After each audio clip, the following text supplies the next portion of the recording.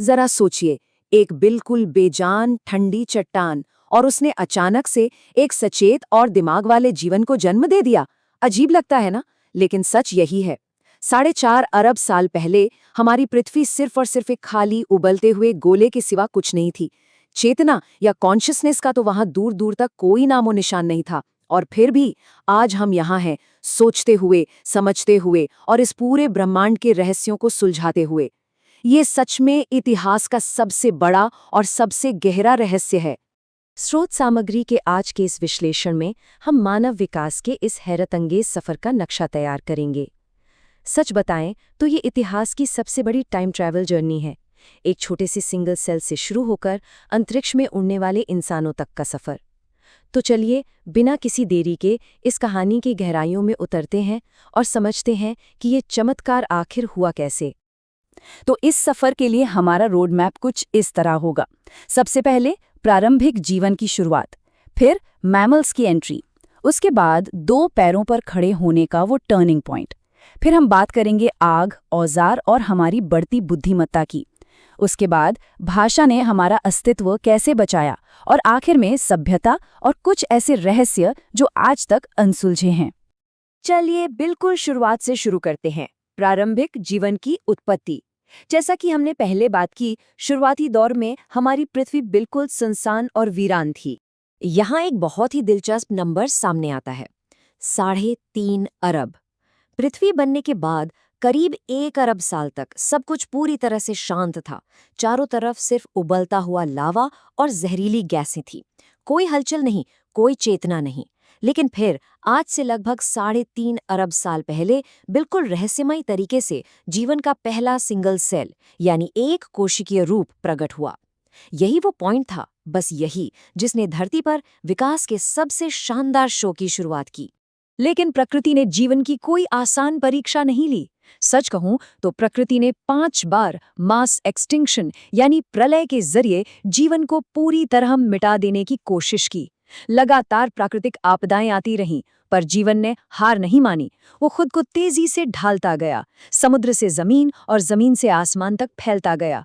और इसका नतीजा देखिए, आज का इंसान इतना कॉम्प्लेक्स है कि हमारे शरीर के अंदर 37 खरब, जी हाँ 37 ट्रिलियन से भी ज्यादा बैक्टीरिया रहते हैं। ये अस्तित्व की एक बहुत बड़ी जीत है। अब आते हैं इस कहानी के दूसरे पड़ाव पर, जब विकास के इस मंच पे मैमल्स यानी स्तनधारियों ने अपना कदम रखा।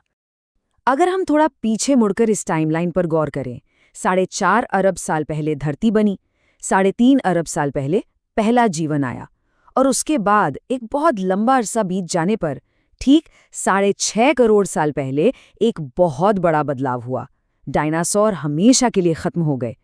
उस एक भयंकर खगोलीय घटना यानी एस्टेरॉयड के टकराने ने धरती पर विकास की पूरी दिशा ही पलट कर रख दी।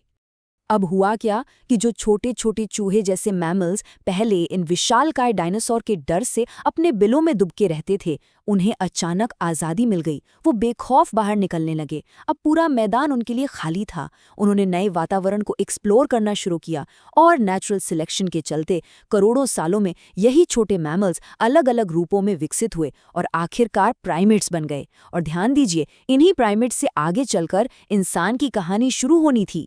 हमारा अगला पड़ाव बहुत ही महत्वपूर्ण है, 2 पैरों पर खड़ा होना। ये मानव इतिहास का एक ऐसा मोड़ था जिसने सब कुछ बदल दिया। हुआ कुछ यूं था कि लगभग 70 लाख साल पहले अफ्रीका में एक बहुत बड़ी प्राकृतिक घटना घटी, एक आइस एज आई। इस बड़े क्लाइमेट शिफ्ट की वजह से अफ्रीका के घने और उमस भरे जंगल धीरे धीरे सूखने लगे और उनकी जगह ले ली ऊंची ऊंची घास के मैदानों ने। अब सोचिए, जो प्राइमेट्स पेड़ों पर कूदते फांदते थे और वहां सुरक्षित रहते थे, उनके लिए तो आफत आ गई, क्योंकि अब जमीन पर उन्हें शिकारियों का सीधा सामना करना पड़ रहा था। इस नए माहौल ने उन प्राइमेट्स को मजबूर कर दिया कि भाई अब ऊंची घास के ऊपर से शिकारियों पर नजर रखनी है और खाना ढूंढना है तो अपने 2 पैरों पर खड़ा होना ही पड़ेगा। और जिस प्रजाति ने 2 पैरों पर चलने की वजह से बंदरों से अपना रास्ता अलग कर लिया, उन्हें होमिनिड कहा गया। बाइपेडलिज्म यानी 2 पैरों पर खड़े होने का ये एक अकेला फैसला इंसानियत के लिए एक बहुत बड़ा गेम चेंजर साबित हुआ। एवोल्यूशन के इस पेड़ पर एक नहीं कई शाखाएं होगी। सेहेलांथ्रोपस, आर्डिपिथेकस, ऑस्ट्रेलोपिथेकस और पेरेंथ्रोपस जैसे कई रूप सामने आए, लेकिन समय के साथ साथ लाखों सालों के इस सख्त सर्वाइवल के खेल में ये बाकी शाखाएं टूट गईं, यानी बिल्कुल विलुप्त हो गईं। बची तो सिर्फ और सिर्फ एक शाखा, होमो शाखा। यह करीब 24 लाख साल पहले आई और इसी ने एक बुद्धिमान मानव का आगे का रास्ता तय किया। चलिए अब देखते हैं कि आग, नए औजार और बढ़ती बुद्धिमत्ता ने मिलकर इस प्रजाति को एक नया आकार कैसे दिया। इंटेलिजेंस के बढ़ने का ये पूरा बायोलॉजिकल साइकिल बड़ा ही हैरत अंगेज है। लगभग 20 लाख साल पहले जब इन होमो प्रजातियों ने पत्थरों को तराशकर बेहतर हथियार बनाना शुरू किया, तो शिकार करना काफी आसान हो गया और मांस का सेवन बढ़ गया। अब मांस से मिलने वाली डेंस कैलोरीज और जरूरी पोषक तत्वों ने एक चमत्कार कर दिखाया। इन्होंने दिमाग को तेजी से बढ़ने के लिए वो ईंधन दिया जिसकी उसे सख्त जरूरत थी। दिमाग का साइज अचानक से बढ़ने लगा और उसके बाद आया एक और भयंकर रिवॉल्यूशन। आज से करीब 1,80,00,000 साल पहले होमो इरेक्टस ने कुछ ऐसा किया जो किसी चमत्कार से कम नहीं था। उन्होंने आग पर कब्जा कर लिया, शायद बिजली गिरने से या चमक पत्थर टकराने से। आग से उन्हें खूंखार जानवरों से सुरक्षा तो मिली ही, पर सबसे कमाल की बात ये थी कि अब खाना पकाया जाने लगा। पका हुआ खाना आसानी से पच जाता है, राइट? तो पाचन में जो शरीर की एनर्जी खर्च होती थी वो बचने लगी और वही बची हुई एनर्जी दिमाग के और ज्यादा विकास में काम आई। हमारे पूर्वज अब तक काफी होशियार हो चुके थे। इस 5वें हिस्से में हम समझेंगे कि कैसे भाषा यानी लैंग्वेज ने मानव अस्तित्व को बचाकर रखा। तो आज से लगभग 1 लाख साल पहले इन होशियार होमिनिड्स ने एक बहुत बड़ा फैसला लिया, अफ्रीका से बाहर निकलने का।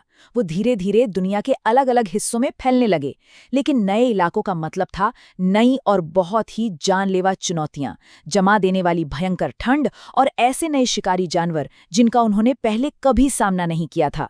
ऐसे में बड़े जानवरों का शिकार करने और जिंदा रहने के लिए उन्हें आपस में मिलकर गहरे टीम वर्क की जरूरत पड़ने लगी। और इसी टीम वर्क की सख्त जरूरत ने जन्म दिया प्रोटो लैंग्वेज को।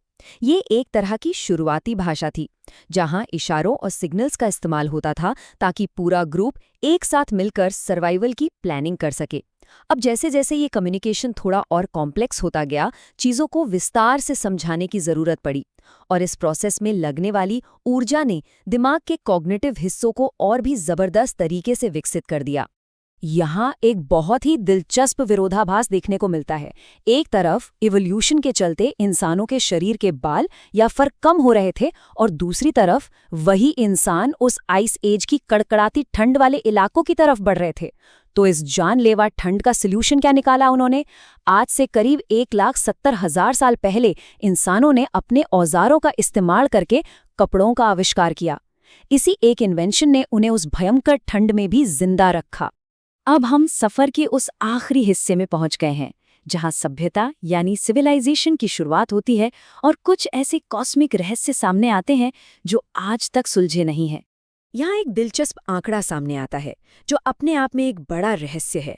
लगभग 3 लाख साल पहले धरती पर 2 बेहद बुद्धिमान प्रजातियां एक साथ मौजूद थीं, होमोसेपियंस और निएंडरथल्स। दोनों ही औजार बना सकते थे, आग जला सकते थे और बेहद शातिर थे। लेकिन 30,000 साल पहले तक आते आते धरती पर सिर्फ और सिर्फ होमोसेपियंस ही बचे रह गए।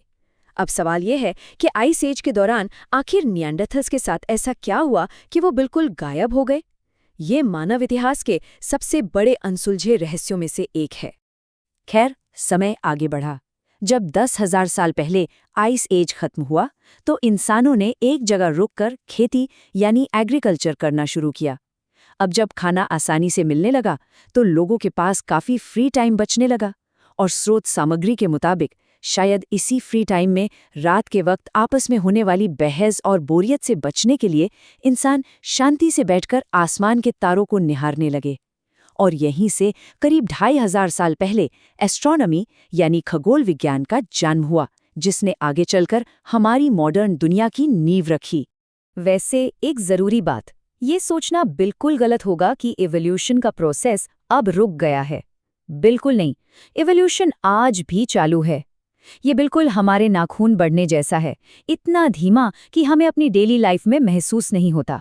लेकिन हमारा वातावरण और हमारी मॉडर्न टेक्नोलॉजी आज भी हमें लगातार एक नया आकार दे रही है। कौन जानता है, आने वाले लाखों सालों में इंसान किसी बिल्कुल ही नए रूप में इवॉल्व हो जाए। तो इस पूरे एक्सप्लेनियर के अंत में यह हैरान करने वाली यात्रा हमारे सामने एक बहुत ही गहरा सवाल खड़ा करती है। कुछ वैज्ञानिकों का मानना है कि लगभग 4 अरब साल पहले एस्टेरॉइड्स की बारिश के जरिए धरती पर जीवन के बेसिक बिल्डिंग ब्लॉक्स यानी अमीनो एसिड्स आए थे। लेकिन अगर सच में ऐसा हुआ था, तो फिर ऐसा किसी और ग्रह पर क्यों नहीं हुआ? क्या इस विशाल अनंत ब्रह्मांड में हम वाकई अकेले हैं? ये एक ऐसा अनोखा सवाल है जो हमें और ज्यादा रहस्यों को खंगालने के लिए हमेशा प्रेरित करता रहेगा।